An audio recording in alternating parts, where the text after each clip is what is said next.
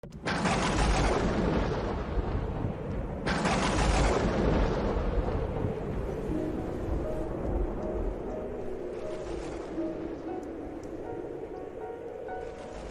Seigneur soit avec vous. Et avec votre esprit. Évangile de Jésus-Christ selon saint Luc. Gloire à toi, Seigneur.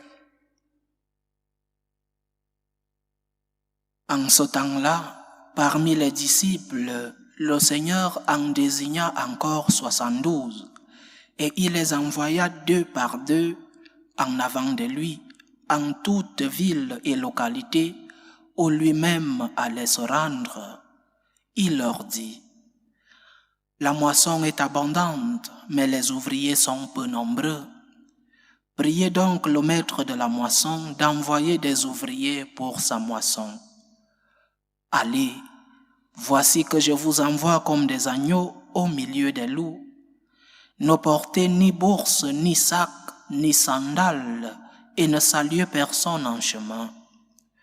Mais dans toute maison où vous entrerez, dites d'abord: paix à cette maison.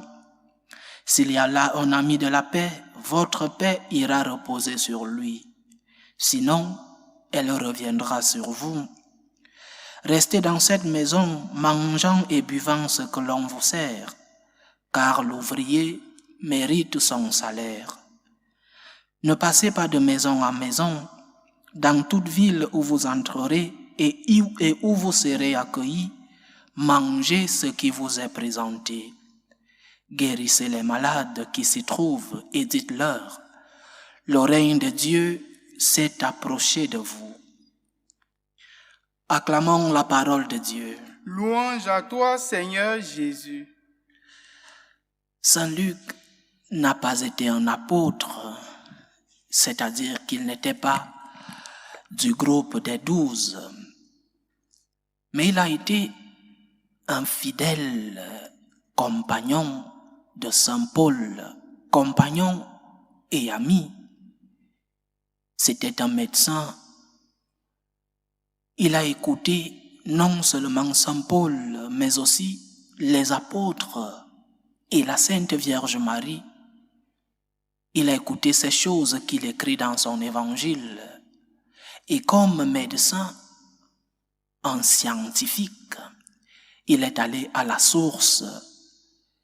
Ce qu'il écrit, c'est le résultat des recherches comme scientifique. Il ne s'est pas limité à écouter et à écrire. Il a écouté, mais il est parti aux sources comme tout scientifique. C'est le premier enseignement que nous tirons quand nous célébrons la fête de Saint Luc. Quelqu'un qui n'a pas voulu rester sur ce qu'on lui a dit. Lui-même, il a fait l'expérience du Christ. Et il est le plus marial de tous les autres. Et ceci, que Saint Jean est celui qui a, après le Christ, Saint Jean est celui qui a le plus vécu avec la Vierge. Mais Saint Luc est l'évangile le plus marial. Ce scientifique a mis la science en jeu pour nous parler de Dieu. Parce que parfois, dans notre monde, dans notre société, nous voulons faire une différence entre la science et la foi. Nous faisons une différence entre la raison et la foi. Non. Saint Luc nous enseigne que la science peut prouver l'existence de Dieu, que la science peut prouver la foi que nous proclamons, que notre foi, ce que nous proclamons comme foi, est aussi basé sur la raison. Nous pouvons croire en Dieu en nous basant sur notre raison. Donc, s'il y a des scientifiques qui m'écoutent, mettez votre science pour que l'évangile, pour que la foi, Pour que Dieu soit connu sur la terre, la science ne doit pas nous éloigner de la foi, la raison ne doit pas nous éloigner de la foi. Foi et raison peuvent cheminer ensemble et doivent cheminer ensemble. Mais entrons dans l'évangile que nous avons lu aujourd'hui. Le Seigneur envoie 72 de ses disciples. Ce ne sont plus les apôtres, c'est maintenant les disciples. Donc, ce ne sont pas les prêtres ou les évêques, mais des laïcs. C'est-à-dire,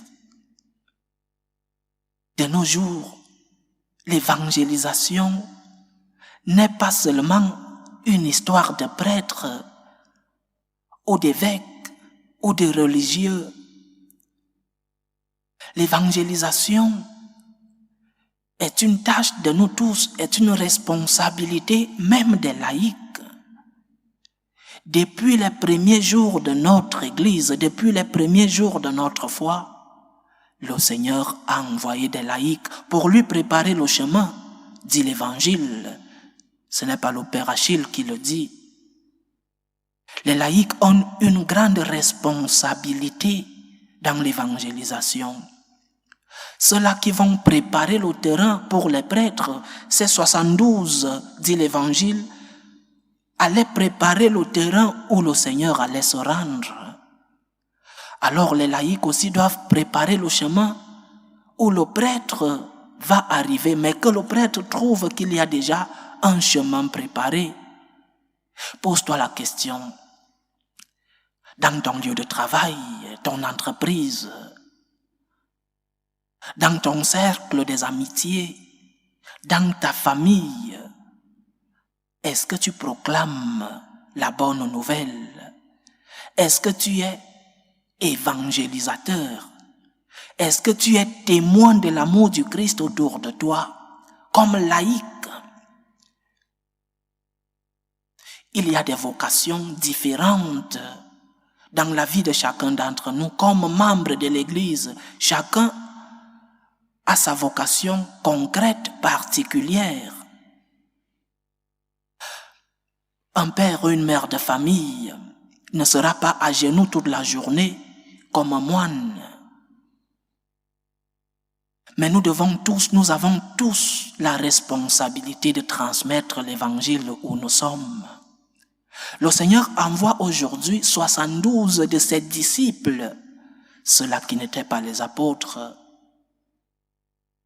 Donc, nous devons être conscients, surtout aujourd'hui, où, dans certaines parties du monde, en Occident, par exemple, où il n'y a pas de vocation, où il n'y a pas de prêtre. Si nous attendons que c'est le prêtre qui fasse tout, alors notre Église sera de plus en plus en minorité dans le monde. L'heure n'est plus où c'est le prêtre qui doit tout faire. L'heure est à la mission de tous, comme depuis, mais surtout aujourd'hui. Nous devons tous être des évangélisateurs. Mais pour être des évangélisateurs, nous avons besoin de 2 points essentiels. Le premier, spiritualité. Est-ce que je vis ma foi? Est-ce que je suis un modèle de christianisme? Est-ce que je suis témoin de l'amour du Christ autour de moi? Est-ce que lorsque je vis des moments difficiles, je me noie? Est-ce que ma foi me sert dans ma vie quotidienne? Ou alors je ne suis que chrétien le dimanche? Ma foi doit refléter celui dont je suis le disciple, c'est-à-dire Jésus-Christ. Si lorsque, par exemple, tu perds un proche dans ta famille et que tu perds l'espérance de la vie éternelle, alors tu n'es pas témoin de l'amour du Christ. Si lorsque des moments de tourmente, des moments de tempête arrivent dans ta vie, dans la vie de ta famille, et que tu ne montres pas l'espérance du Christ, comment les autres pourront voir en toi la figure du chrétien. Si lorsque tu vis des moments de tourmente, tu ne lèves pas les yeux au ciel et demandes la force de ton Seigneur, comment veux-tu être témoin du Christ dans le monde? Spiritualité, mais aussi formation. Nous ne pouvons pas être évangélisateurs si nous ne connaissons pas nous-mêmes ce que nous devons transmettre.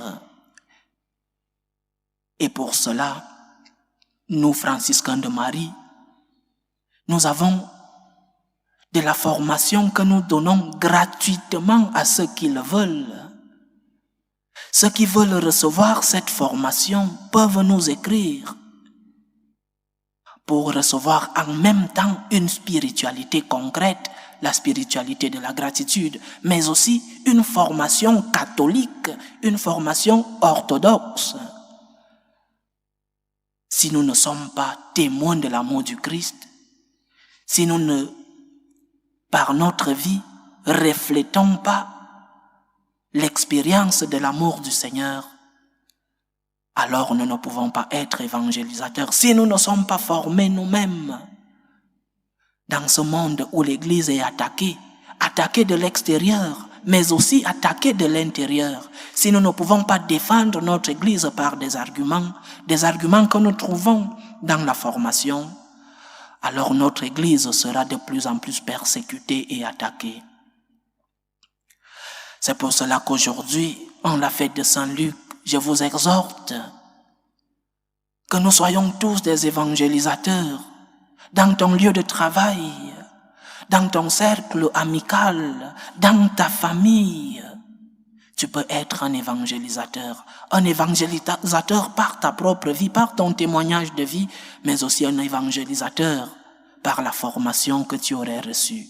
Forme-toi, cherche une formation catholique, et j'insiste sur catholique, parce que dans notre Église, il y a une formation un peu différente de la formation que le Christ veut que nous suivions. Reçois une formation catholique, reçois des arguments pour défendre ta foi.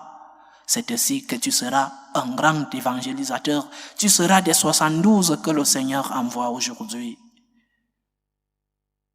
Que le Seigneur nous aide à pouvoir transmettre son amour dans le monde, qu'il nous aide à être ceux-là qui sont des courroies de transmission de sa parole dans le monde, qu'il nous aide à pouvoir transmettre l'amour de Dieu que nous-mêmes nous avons expérimenté et que nous voulons transmettre aux autres.